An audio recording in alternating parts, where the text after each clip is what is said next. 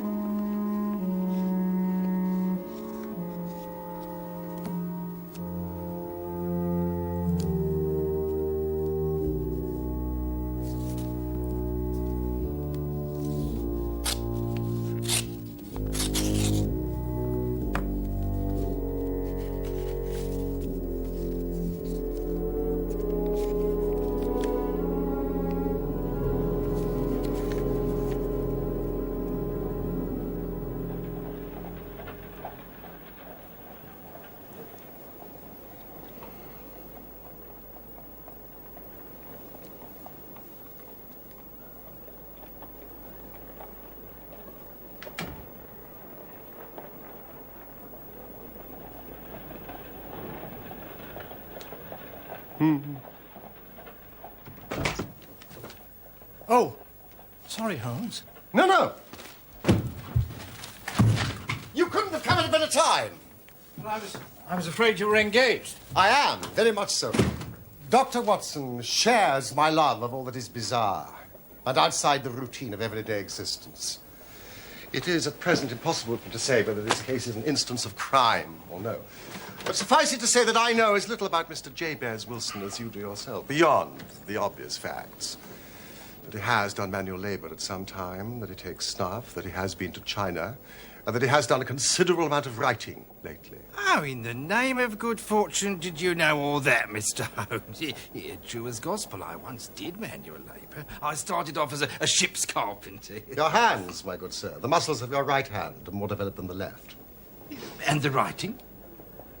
What else could be indicated by the right cuff so very shiny for 5 inches? And the left sleeve with the smooth patch near the elbow where you lean it on the desk.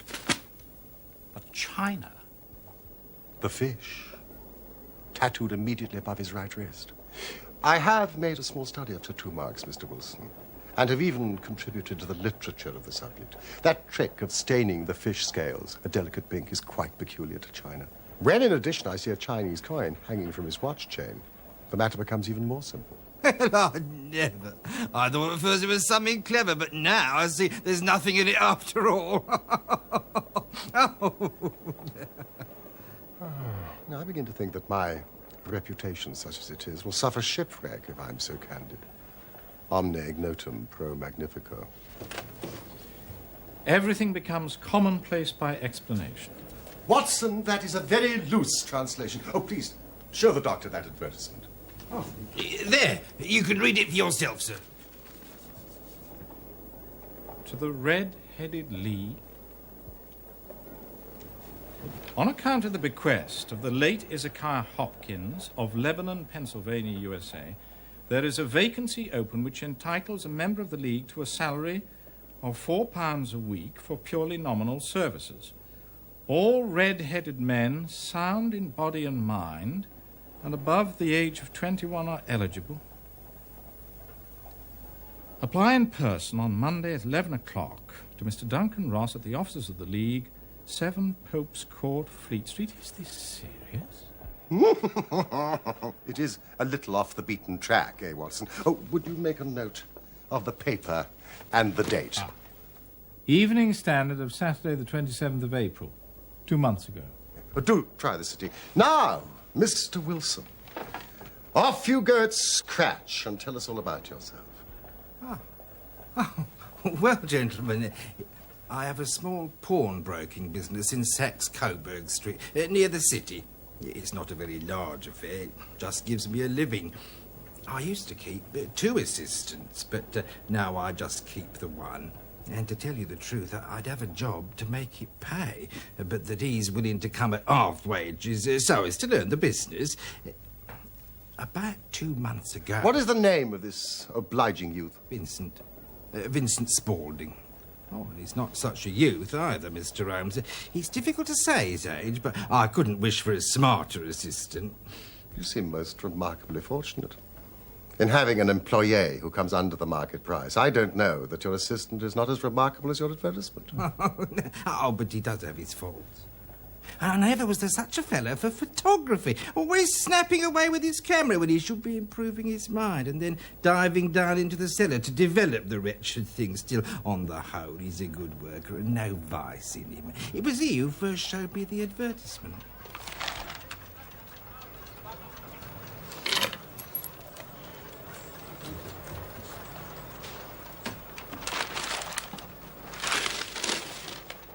I wish to the Lord I was a red-headed man, Mr. Wilson. Why's that? Well, there's another vacancy in the League of Red-Headed Men. I've never heard of it. Well, I'd wonder at that. You being so eligible yourself. Nice money, too. A couple of $100 a year. And the work's slight. There be thousands of red-headed men apply. Oh, well, I doubt that, sir. What, not with such a fine, fiery colour as you are blessed with, Mr. Wilson? But then I suppose it's hardly worth your while to put yourself out of the way for the sake of a few £100. Yes, sir.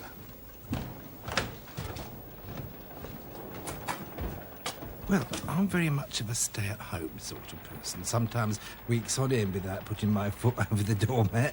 But this, it looked interesting. I was intrigued. And young Vincent said he'd come with me. So, on Monday morning, we shut up the shop and off we went. No, Vincent, let's go back. I can't abide a crowd. Courage, Mr. Wilson. We're so near and so much at stake. Now, you pull your collar up. Hello, Jimmy. Come along with me. Job all about this. Well, it's the time's limit. It wasn't in there 2 minutes.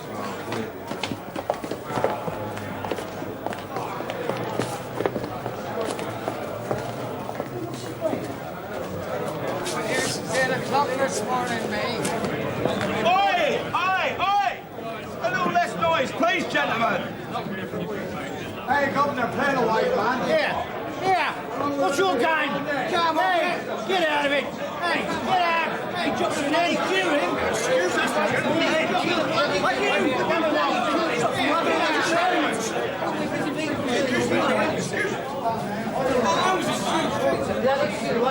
Right, off you go. You're next. Get in. Wait, where are you going? Straight this way out. Come on. This is Mr. Wilson. Right, in you go, Mr. Wilson. Good night, sir.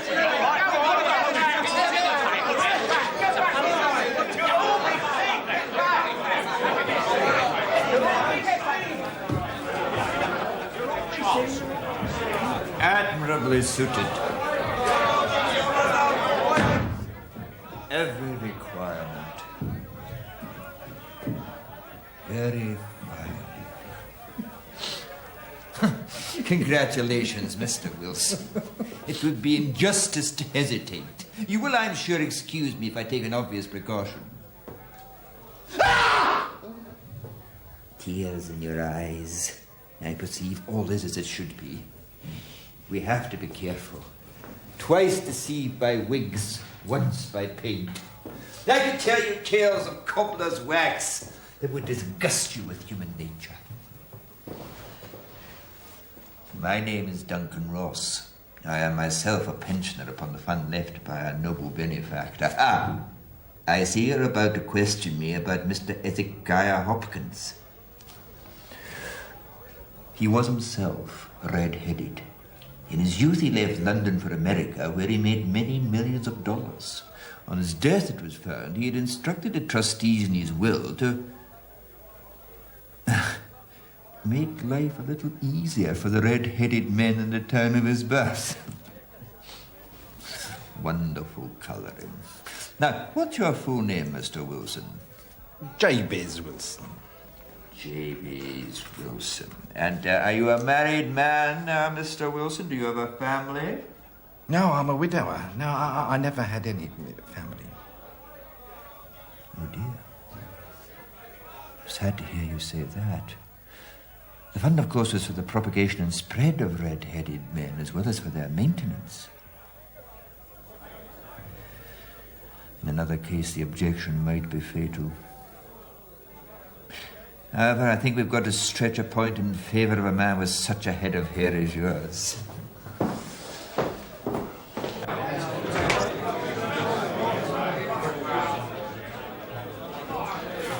The vacancy has been filled.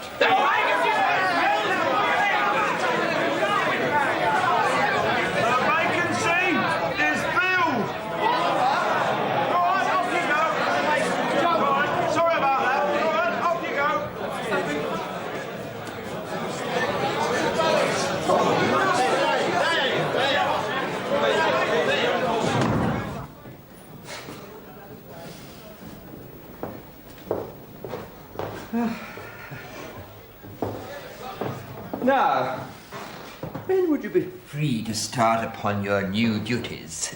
Oh, well, it is rather awkward, as I do have a business already. What would be the hours? 10 till 2. Well, the mornings are quiet. Now, I do have an assistant. Yes, that would suit me very well. And the money mentioned, £4 a week. Correct. And the work? Purely nominal. Yes, well, what do you call purely nominal?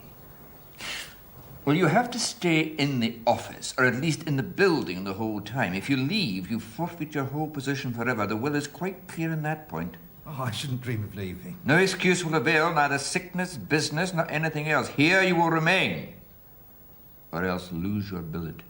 Oh, no, I am quite clear on that point, but what exactly is the work? It is to copy out the Encyclopedia Britannica.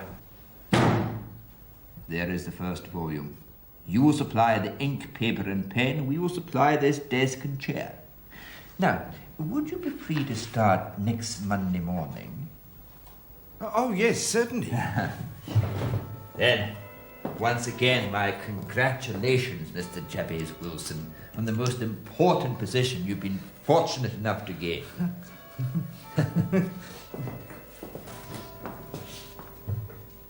Wonderful head of hair. Goodbye, Mr. Wilson. Well done, Mr. Wilson. Well done indeed. This is the quickest way out, sir. Oh, no. This way.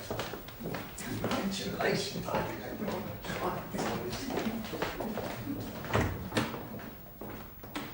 When I got home, the whole thing seemed, on reflection, to be quite ridiculous. Quite. Who would make such an extraordinary will? Not a very generous millionaire to make you buy your own pen, ink, and paper. Well, exactly, Mr. Holmes. I soon persuaded myself it was some great hoax or fraud. Then when Monday morning came along, it did seem stupid to turn down a good job, so, off I went and bought a penny bottle of ink and a pen and 7 sheets of foolscap paper, and, I set off for Pope's Court.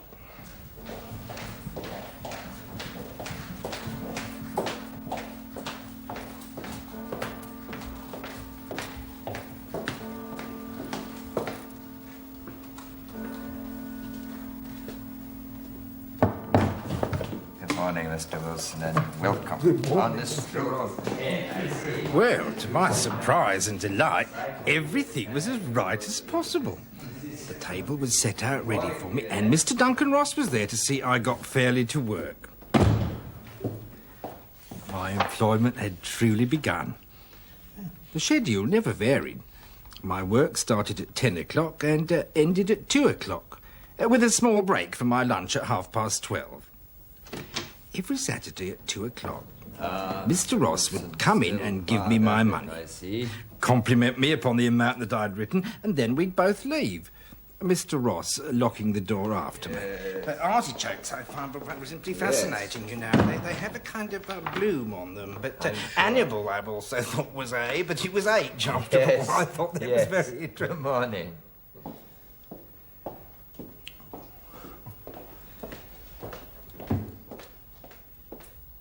Oh, the work was very interesting. Abacus, abbey, architecture, Acts of the Apostles, adulteration, anatomy, apes, aqueducts. After 8 weeks, I'd fairly dealt with the letter A and was hoping with diligence to get on to B, when suddenly this morning the whole business came to an end. I went to my work as usual, but the door was shut and locked with a little square of cardboard hammered onto the middle panel.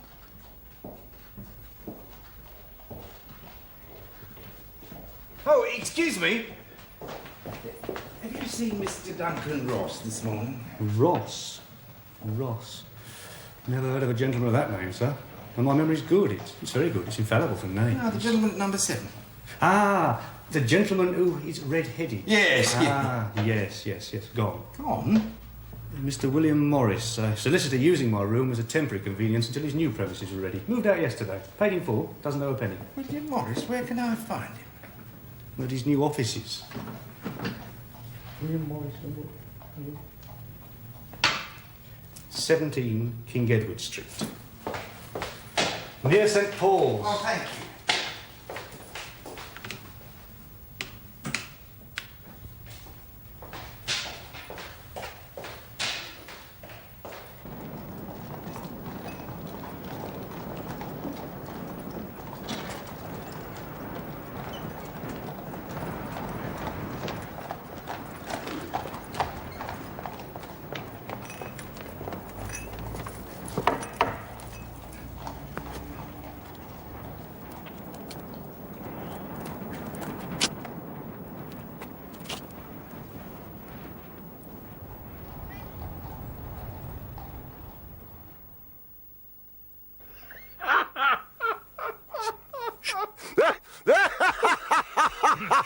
I don't see there's anything very funny about it. If all you can do is laugh at me, well, I can go elsewhere. No, Mr. Wilson, please sit down. I wouldn't miss this case for the world. It is most refreshingly unusual. I was so incensed at the fraudulent deceit that I came straight to you, sir. Having heard of your great reputation for helping poor people in distress. Oh, Mr. Wilson, forgive me. You know, Mr. Wilson, I really don't think that you've got any great grievance against this extraordinary league. On the contrary, you've been very well paid, to say nothing of the detailed knowledge which you've acquired on every subject under the letter A. Yes, but what's the object of them playing this prank on me? That's what I want to know. This assistant of yours, how long has he been with you? Well, about 3 months. How did he come? With the answer to an advertisement. Was he the only applicant? No, I had 12 others. Why did you pick him? Well, he was handy and would come cheap. At half wages, in fact. Yes.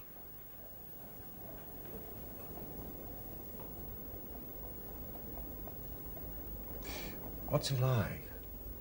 This Vincent Spaulding? Oh, well, he's tall, he's slightly built. He's very quick in his ways. He's got no hair on his face. He's got a white splash of acid on his forehead. Have you ever observed whether his ears have been pierced for earrings? Yes. Yeah, he told me a gypsy had done it for him when he was a lad. Yes. He is still with you? Yes. Yeah, I would have just left him. Mr. Wilson. You will be at your shop if I should need you. Well, I had thought of shutting up shop at dinner time today because Vincent had suggested I spend the rest of the weekend with my sister in Barking. This whole business has upset my nerves very much. Well, you enjoy a restful weekend in Bath. Today is Saturday. By Monday, we should have a conclusion for you. In the matter of your fee... Don't worry about that. I believe it will be paid for by another.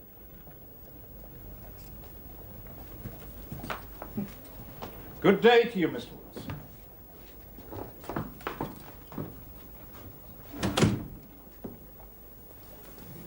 What do you make of it all, Watson?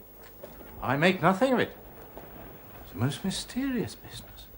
And yet there are graver issues hanging from this affair than at first sight appear.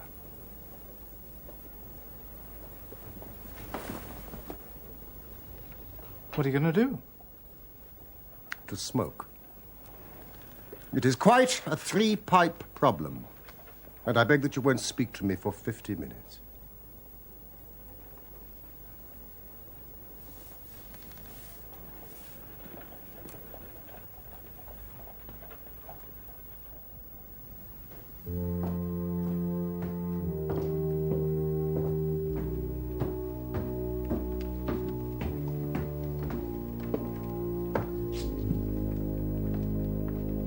The business of the Red-Headed League is concluded, sir. Satisfactorily, I trust. Most satisfactorily, Professor. I'm pleased to report. Good.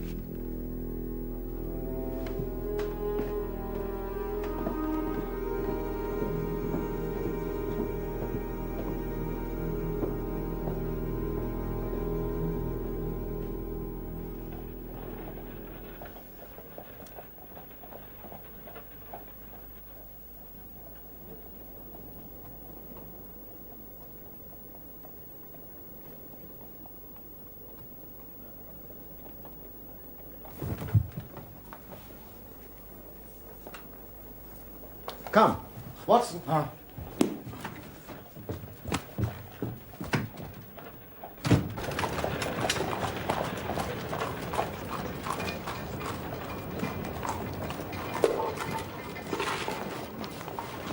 Excuse me. Can you tell me the way to the Strand from here? Third right, fourth left. Thank you.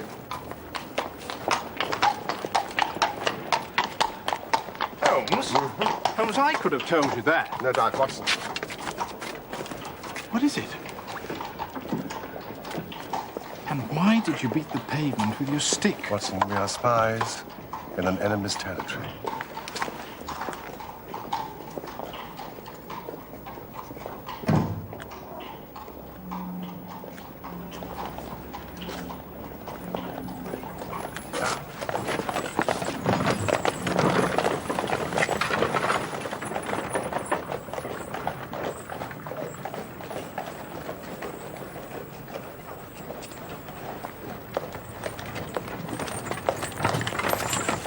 Hobby of mine to have an exact knowledge of London now. There is Mortimer's, the tobacconist, The little newspaper shop, Coburg branch of the City and Suburban Bank. McFarlane's carriage building depot, and the vegetarian restaurant around the corner. Watson, commit to memory. It is just possible that we're being observed.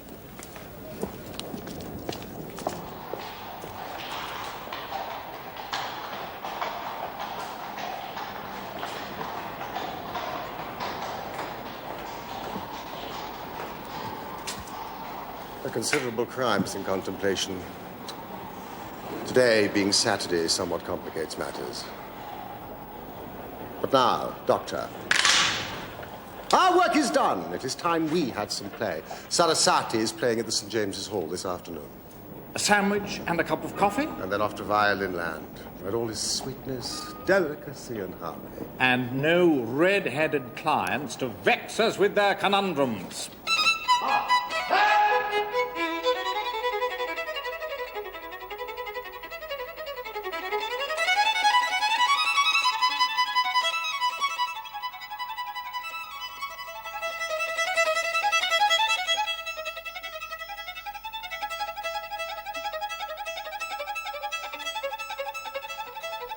All the afternoon, he sat in the stalls, wrapped in the most perfect happiness, while his gently smiling face and his languid, dreamy eyes were as unlike those of Holmes the sleuth hound as it was possible to conceive.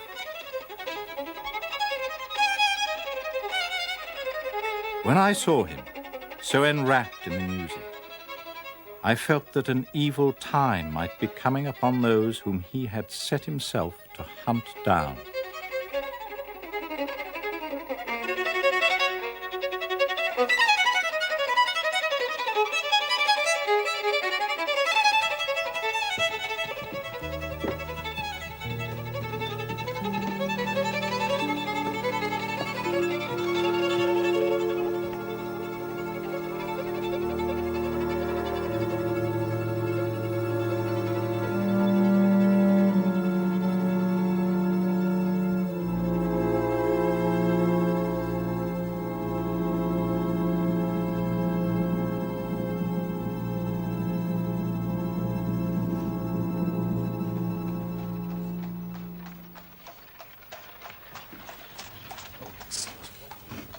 Excellent, Watson. You have a future as a cartographer.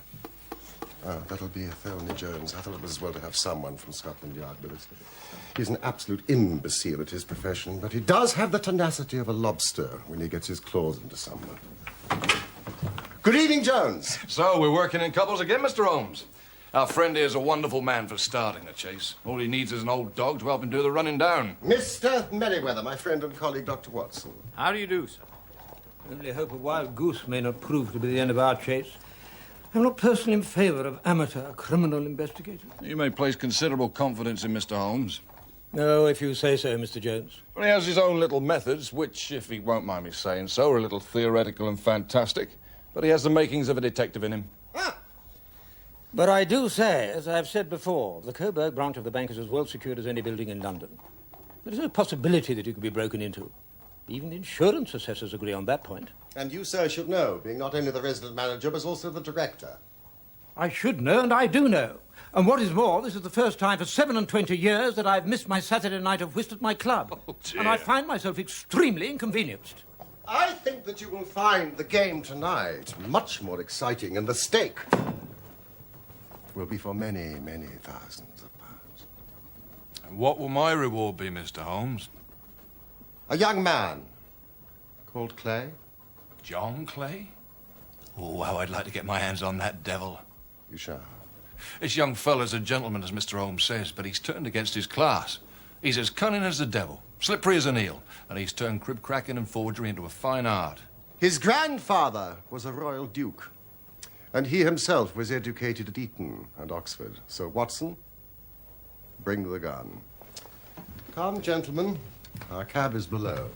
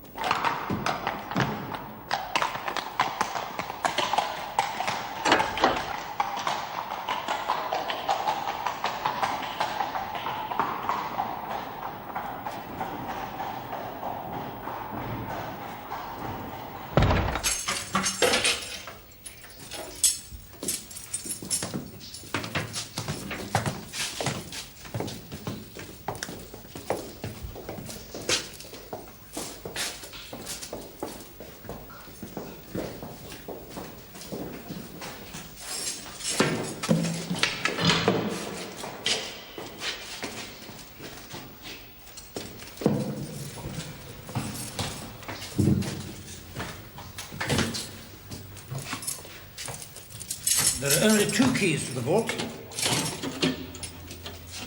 I have one. The chairman holds the other in his personal safe.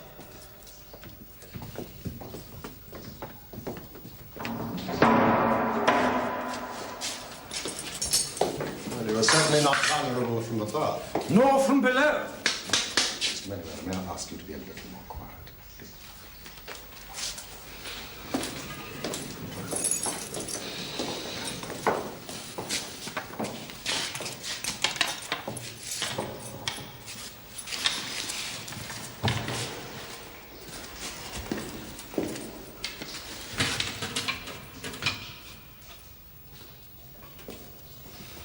Might I get you to sit on one of those boxes and not to interfere?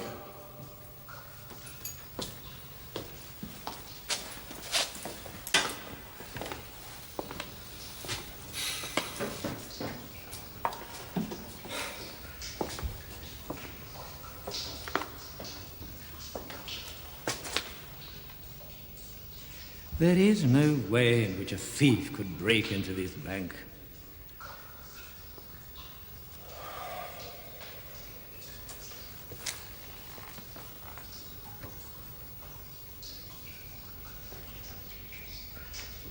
Is it a special reason why a thief should want to break into this bank? Nothing particularly... Something in the past few months?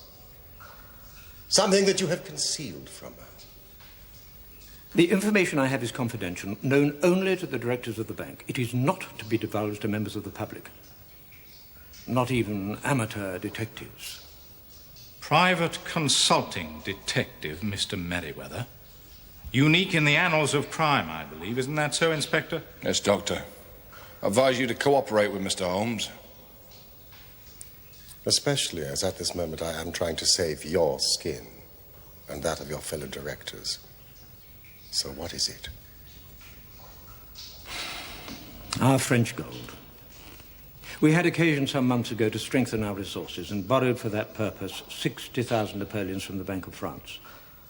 Therefore, our reserve of bullion is much larger than is usual in such a branch of the bank. Where is this gold? The crates upon which Dr. Watson sits contain 30,000 napoleons wrapped between layers of lead foil. May we see it?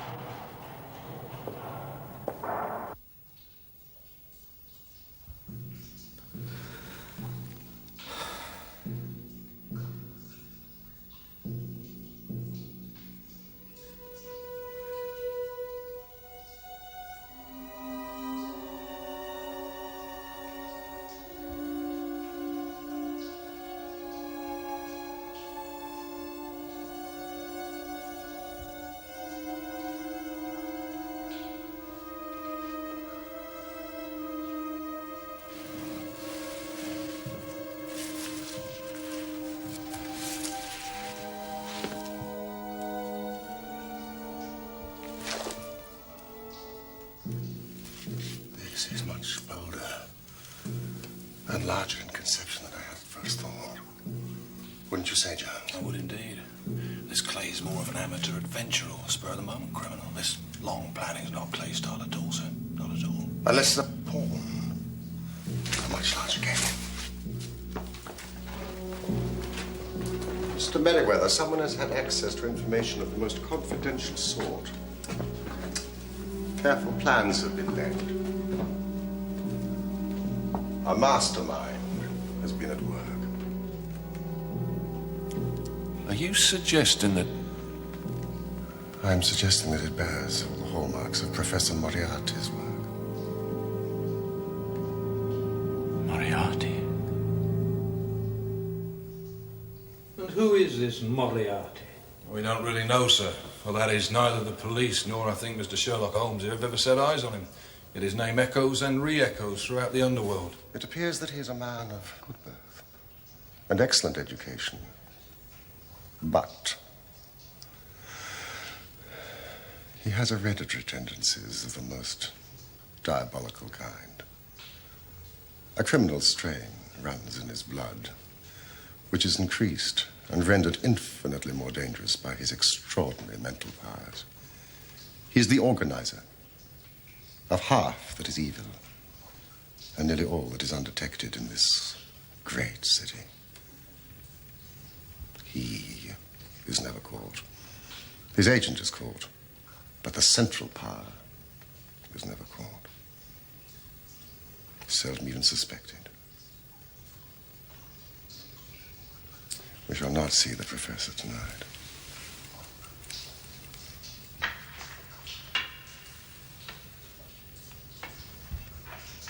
The only way for tonight's enemy to escape is through the pawnbrokers. There's already an inspector and a constable at the doors. We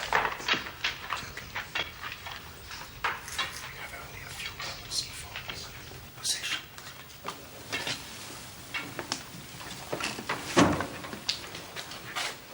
Would you be so kind as to put out this lamp? And sit in the dark? I'm afraid so. We cannot risk the presence of light.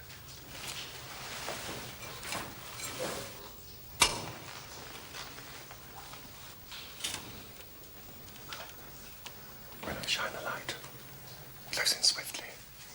If they fire, have no compunction about shooting them down.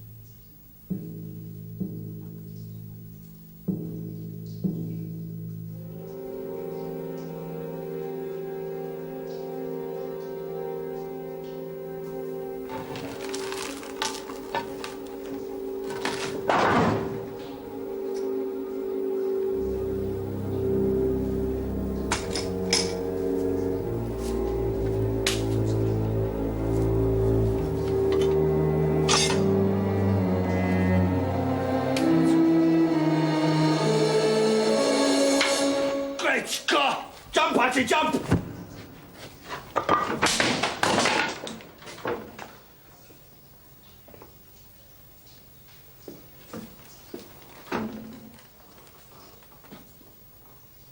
It's no good, John Clay.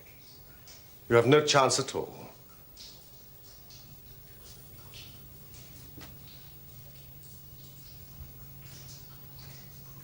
So I see. Though I fancy my pal is all right. At this moment, he is running into the welcoming arms of the police. You seem to have done the thing very completely. I must compliment you. And I you. I'm Sherlock Holmes, a private investigator. I didn't for a moment suspect you of being a policeman, Mr. Holmes. Come on, hold out. We're off at the Derbies. I beg you to take your filthy hands off me. You may not be aware that I have royal blood in my veins. And be so kind as to say sir and please when you address me. All right. Would you please, sir, mind marching upstairs, where we'll get a cab to transport your highness to the police station? That's better.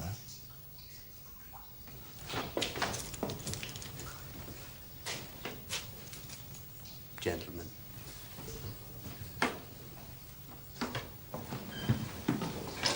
Oh, one question, Mr. Clay.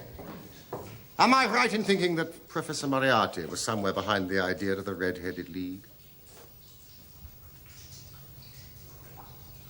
I suggest you keep that name off your lips, Mr. Holmes, if you value your future well-being.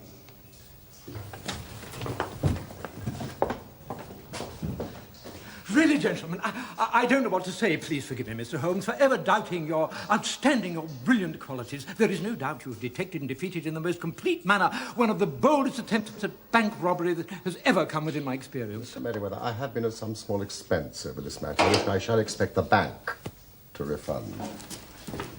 Of course. Of course.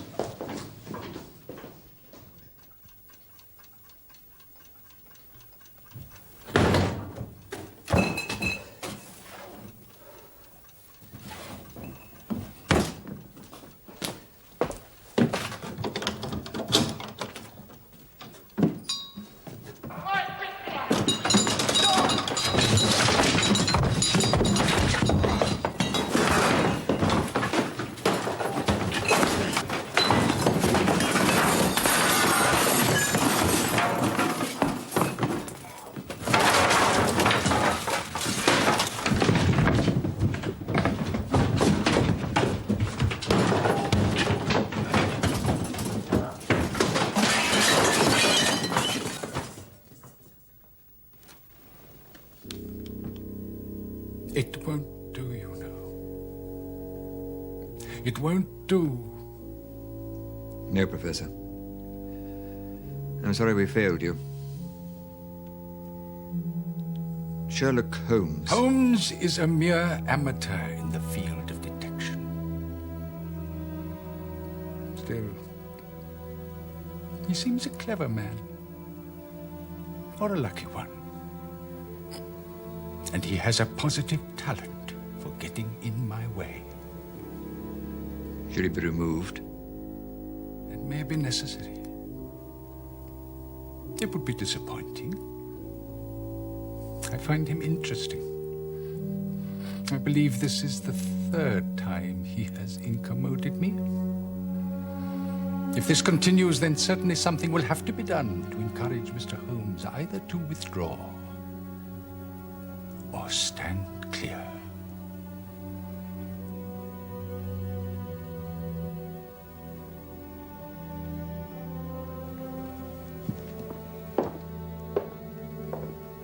Thank you.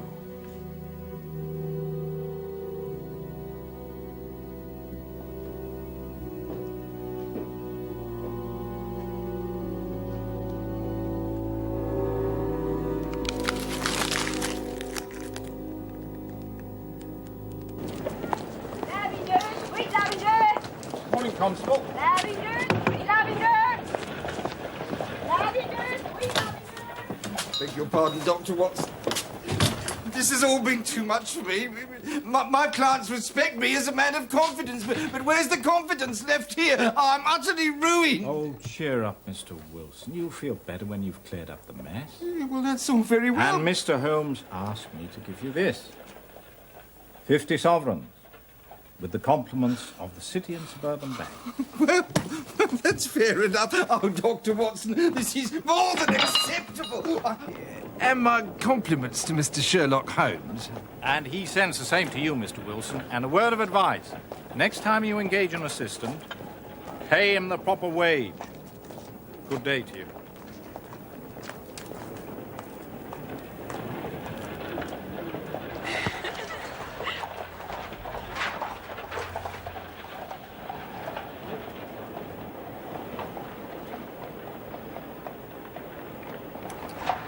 Oh.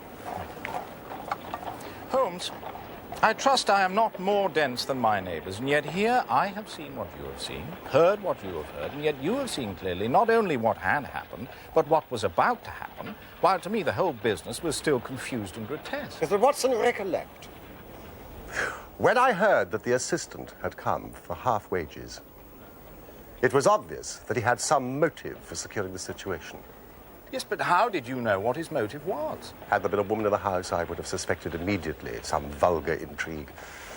But when I heard from Mr. Wilson about the acid stain and the pierced ears, I knew that Vincent Spaulding and John Clay were the same person. But why was Clay there? The photography gave you the clue. Exactly. The cellar. He was working on something in the cellar. Something which took many hours a day. For 2 months on end, he was tunneling. But where to? When I tapped my stick on the pavement in the street that day, I was ascertaining whether the tunnel stretched in front or behind the building. It was in front, towards the bank. Could you tell me the way to the Strand from here? I recognized Clay immediately and delayed him to have time to examine his knees. They spoke clearly of many hours of tunneling, no doubt linking up with the maze of sewers beneath Saxe-Coburg Square. When they closed the Red-Headed League offices, it was a sign they no longer cared about Jabez Wilson's presence. In other words, the tunnel was complete. And that they would make the attempt on the Saturday was just a guess. Wilson, you disappoint me. I never guess. Saturday is an excellent night for stealing bullion. It gives you a full day to escape. Thank you, gentlemen. Thank you. Oh, you've reasoned it out beautifully, Holmes. It's so long a chain, and yet every link rings true. It saved me from ennui. You know, sometimes I think that my whole life is spent in one long effort to escape from the commonplaces of existence. No. You are a benefactor of the race, Holmes. Well, maybe it is of some little use after all. L'homme c'est rien. L'œuvre c'est tout. As Gustave Flaubert wrote to George Sand.